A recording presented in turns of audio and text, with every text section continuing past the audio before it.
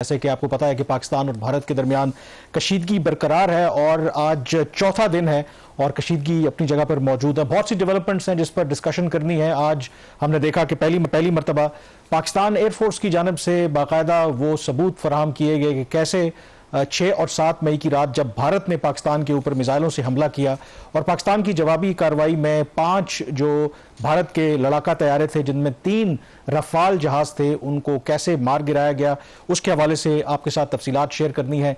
उसके अलावा diplomatic front के ऊपर भी कुछ कोशिशें हो रही हैं। सऊदी अरब के जो नायब वज़ीर ख़ारजा हैं वो दिल्ली से अब इस्लामाबाद पहुंचे हैं और इस्लामाबाद में उनकी आम मुलाकातें हुई हैं और क्या वो जो डिप्लोमेटिक एफर्ट्स हो रही हैं क्या उसके नतीजे में मुमकिन है कि डी एस्केलेशन हो सकती है। फिर हम ये भी देख रहे हैं कि जो पाकिस्तान और भारत के दरमियान जो कशीदगी है उसके जो मनफी असरात हैं वो बाकी ज़िंदगी के शोबों पर आना शुरू हो गए हैं। कल हमने देखा कि पाकिस्तान सुपर लीग के मैचेस मुलतवी किए गए। आज जो भारतीय IPL है उसको भी बाकायदा तौर पर गैर मुअय्यना मुद्दत के लिए मुलतवी कर दिया गया है और अगर ये कशीदगी बरकरार रहती है तो डेफिनेटली इसके और भी असरात मुरतब होंगे। लेकिन शहबाज, जो इस वक्त सिचुएशन है, जो आज भी मैं ISPR में जो प्रेस कॉन्फ्रेंस थी उसमें तीनों सर्विसेज के लोग मौजूद थे। पहली मरतबा DG ISPR तो ऑन एंड ऑफ मीडिया से बात कर ही रहे थे, नेवी और एयरफोर्स के वहाँ पर नुमाइंदे भी मौजूद थे और जो मुझे सेंस मिली और उनसे सवाल भी हुआ DG ISPR से कि क्या कोई इम्कानात हैं डी एस्केलेशन के, तो उन्होंने तो पहले ये कहा कि ये डी एस्केलेशन का सवाल तो पाकिस्तान से होना नहीं चाहिए क्योंकि ये एस्केलेशन भारत ने शुरू की है और अभी तक पाकिस्तान ने जो भी इकदाम लिए हैं वो अपने आप को प्रोटेक्ट करने के लिए लिए हैं और अपने आप को डिफेंड करने के लिए लिए हैं और पाकिस्तान ने जो कहा है कि हम जवाब देंगे तो वो जवाब आएगा। तो इसका मतलब है कि अभी भी जो टेंशन है वो बरकरार है और शायद पाकिस्तान की तरफ से भी जवाब आएगा।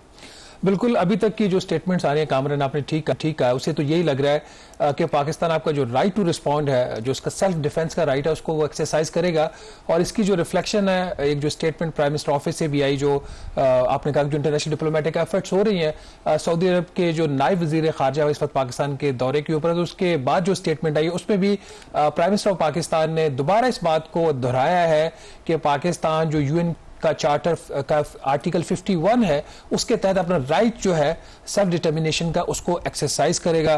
तो अगर ये सारी सूरत हाल कामरान हम देखते हैं तो आपको क्या लगता है कि एक तरफ तो पाकिस्तान मुसलसल अपना उसका जो व्यू है बड़ा क्लियर है, वो अपने स्टैंड के ऊपर खड़ा हुआ है और दूसरी तरफ जो दोस्त ममालिक हैं, जो फॉरेन पावर्स हैं, वो ये कोशिश कर रही हैं कि डी एस्केलेशन हो। तो ये आपको क्या लग रहा है, चीजें किस तरफ जा रही हैं? देखें, जो इंटरनेशनल कम्युनिटी है, खास करके 2 प्लेयर्स जो हैं आगे चल के तफसील से बात भी करेंगे और पाकिस्तान ने जो 2 बड़ी शराइत रखी हैं, US और जो सऊदी अरेबिया है वो डेफिनेटली बहुत ज़्यादा कोशिश कर रहे हैं कि डी एस्केलेशन हो। लेकिन पाकिस्तान के जो कंसर्न्स हैं कि जिस तरीके से भारत ने जो किया कि पाकिस्तान के जो मेन लैंड है यानी कि लाहौर, बहावलपुर, सियालकोट, शकरगढ़, यहाँ पर आकर अगर आप इस तरीके से मिसाइल मारेंगे और एक वाक़े की बुनियाद पर जिसके आपने सबूत फराहम नहीं किए और बग़ैर सबूतों के आपने पाकिस्तान के ऊपर इस तरीके से चढ़ाई कर दी है, तो पाकिस्तान का ये कहना है कि वो एक ऐसा न्यू नॉर्मल जो है वो सेट होने की इजाज़त नहीं देंगे। तो इसलिए पाकिस्तान ये मुसलसल कह रहा है कि पाकिस्तान की तरफ से जवाब आएगा। लेकिन जो गुज़श्ता 2 रातों में एक जो दिलचस्प सूरत हाल आपको एक नज़र आ रही है कि ख़ास करके अगर आप भारतीय मीडिया को अगर आप फॉलो करें पिछले 2 रातों में, तो अचानक से अगर आप देखें तो वहाँ पर तो एक बिल्कुल आपको जंगी माहौल नज़र आता है। पिछले 2 रातों में ये भारत की तरफ से खबरें ये दी जाती रहीं कि पाकिस्तान की तरफ से हमला कर दिया गया। मसलन 2 रोज़ पहले उन्होंने ये कहा कि पाकिस्तान ने कोई भारत के 15 जो मकामात हैं, जो डिफरेंट उनकी स्ट्रेटिजिक इंस्टॉलेशंस हैं, उन पर ड्रोन्स और मिसाइलों से हमला किया है। और उसके बाद फिर जब बाकायदा उनकी जो डिफेंस मिनिस्ट्री है उनकी तरफ से ये स्टेटमेंट सामने आया था तो शायद लोगों को ये लगा कि पाकिस्तान ने जो जवाबी कार्रवाई करनी है वो कर दी है। लेकिन तब लोगों को हैरानी हुई जब पाकिस्तान की तरफ से इन इल्ज़ामात की तरदीद की गई और ये कहा गया कि ये तो भारत खुद से ही एक फॉल्स फ्लैग तरह की कार्रवाई कर रहा है, हमने अभी तक कोई कार्रवाई नहीं की। कल रात भी फिर ऐसा ही हुआ, अगेन भारत ने कहा जी कि पाकिस्तान ने मिसाइलों और ड्रोन से हमला कर दिया है और उनको एयर डिफेंस जो भारत का सिस्टम है उसने मुबैना तौर पर नाकाम बना दिया है। फिर DG ISPR को आना पड़ा और कहना पड़ा कि जी पाकिस्तान ने तो ऐसी कोई कार्रवाई नहीं की और जब पाकिस्तान कार्रवाई करेगा तो दुनिया देखेगी, उसके लिए आपको भारतीय मीडिया की ज़रूरत नहीं पड़ेगी। लेकिन शहबाज, जो सबसे इंपॉर्टेंट है आई थिंक, जो मेरे ख्याल में जब ये डस्ट सेटल डाउन भी हो जाएगी, जो इस सारे जो वाक़े की जो सबसे बड़ी हाईलाइट होगी कि एक दफ़ा फिर पाकिस्तान एयरफोर्स ने अपनी बर्तरी कैसे साबित की है, और 6 और 7 की दरमियानी शब जो हुआ वो हिस्ट्री बुक्स में लिखा जाएगा। कम से कम कोई 110 जो जहाज़ हैं पाकिस्तान और भारत के, वो 1 घंटा तक एयरबोर्न रहे। तारीख में बड़ी बड़ी जंगें हुई हैं, इस तरह कभी भी नहीं हुआ। भारत के कोई 70 एयरक्राफ्ट, जिसमें 14 राफेल तैयारे मौजूद थे, और पाकिस्तान के कोई 40 जो लड़ाका तैयारे हैं वो अपने दिफा के लिए मौजूद थे। तो आज पाकिस्तान एयरफोर्स ने बाकायदा तौर पर दुनिया को वो सबूत दिखा दिए हैं कि 6 और 7 की दरमियानी शब क्या हुआ था, और पाकिस्तान ने कैसे भारत के 5 लड़ाका तैयारे ना सिर्फ मार गिराए, बल्कि उनके जो एक पायलट हैं, उनका जो एक रेडियो ट्रांसमिशन है, वो तक पाकिस्तान के पास रिकॉर्डिंग पूरी मौजूद है, और वो डिस्ट्रेस्ड की हालत में वहां पर क्या कह रहे थे। तो पहले ये थोड़ा एक्सटेंडेड सा क्लिप है, बट वेरी इंपॉर्टेंट, कि air vice marshal Aurangzeb Ahmed साहब हैं, ये deputy chief of air operations हैं पाकिस्तान एयरफोर्स के, उन्होंने ये सबूत दुनिया के सामने रखे हैं। आइए पहले वो देखते हैं। That was a big challenge for us. That is why I said it has never happened before. These are the locations with the range bearing, electronic ID, that we think that we are sure that we have shot. A MiG-29 was shot 8 miles from LOC, bearing 243 nautical miles from Srinagar. A Su-30 was shot 192 19 miles, 25 miles from LOC. We have the exact details because you cannot, in the modern battlefield, you cannot conjure up things out of imagination. You have an electronic ID. The aircraft gets picked up by his data link.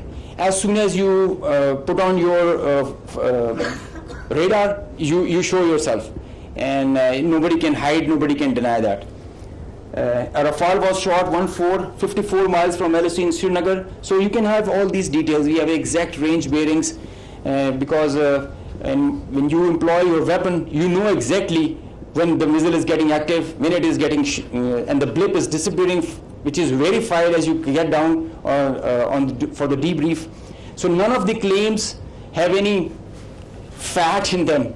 So they are pretty clear, pretty concise, pretty accurate. And I have a audio from a Rafale formation that I will share. The call sign is Godzilla. As soon as those animals are extinct, so this one also got extinct. Please play.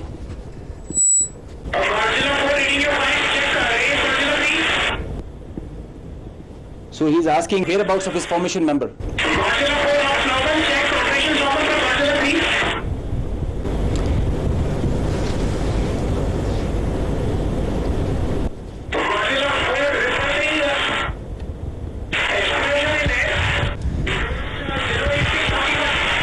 So the formation knows, his leader knows that his number, one of his flight member is not there. They have an RT. This is the original RT that they are exchanging, and they're asking about his position. He's giving his own operations as fine, but he has claims that I've seen an explosion in the air. I will share this detail. It's a long RT that we have. If we can hear one RT of one formation member, we can hear all of them in panic and in distress. So the idea was to just to prize you guys and to share with you how complicated this was, how this example can be taken not to do when you know that the adversary has the long stick. But I must say that it is not the equipment that matters all the time. It is the training, it is the leadership that gives you the direction and the ownership that it shows. That's what matters.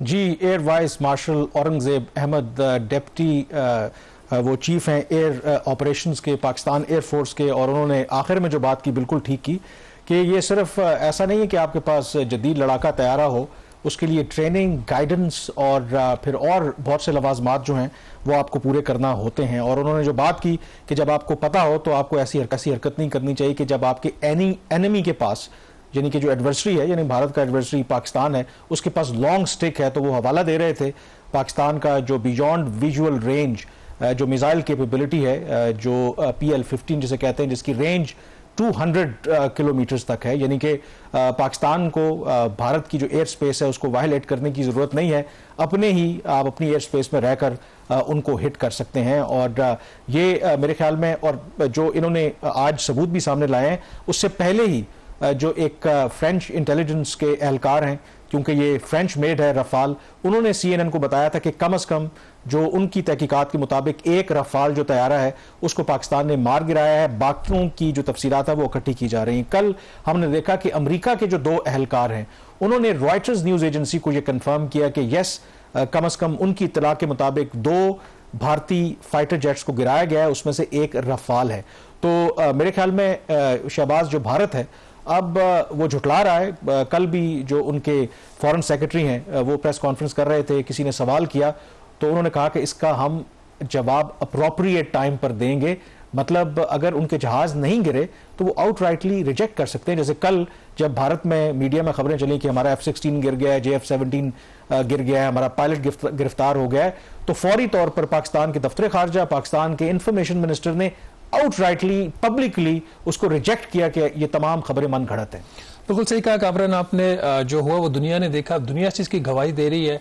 जिस तरीके से ये सारी जो है वो explanation दी गई कि जो उनकी इलेक्ट्रॉनिक आईडीज़ हैं उनका भी पता है, पूरी दुनिया को पता होता है, जो इस चीज़ को मॉनिटर कर रहे होते हैं, कितने डिस्टेंस से जहाज़ को गिराया गया वो पता, और जब उनकी कॉकपिट की रिकॉर्डिंग्स जो उनकी है आ गई हैं तो उसके बाद पीछे क्या बचता है। तो एविडेंस तो है, अगर भारत के पास एविडेंस है तो बिल्कुल ले आए सामने, उसके पास मेरा ख्याल है नहीं। तो इसी वजह से कल से जो एक फेक उन्होंने एक प्रोपेगेंडा शुरू किया हुआ कि पाकिस्तान, कभी वो कराची पोर्ट पे अटैक कर देते हैं, कभी वो लाहौर में घुस जाते हैं, कभी रावलपिंडी में घुस जाते हैं, तो जो रियलिटी होती है वो दुनिया को दिखाई देती है। अभी अगर इसी चीज को अगर आगे बढ़ाएं हम, ये जो इन्होंने डिटेल्स बताएंगे उसमें एक रफाल का तो उन्होंने बता दिया कि किस डिस्टेंस से उनको गिराया गया, और उन्होंने एक रिकॉर्डिंग भी सुनाई। जो बाकी 2 रफाल गिराए गए हैं उसके बारे में क्या तफसीलात दी उन्होंने आज? देखिए, उन्होंने ये वो कह रहे हैं कि उनके पास बाकी भी तमाम तफसीलात मौजूद हैं और ये तमाम रिकॉर्डिंग्स मौजूद हैं। उन्होंने ज़ाहिर है कि वो तो शो नहीं किया, लेकिन उन्होंने कहा कि हमारे पास अगर ये रिकॉर्डिंग मौजूद है तो वो बाकी हमारे पास भी रिकॉर्डिंग मौजूद है।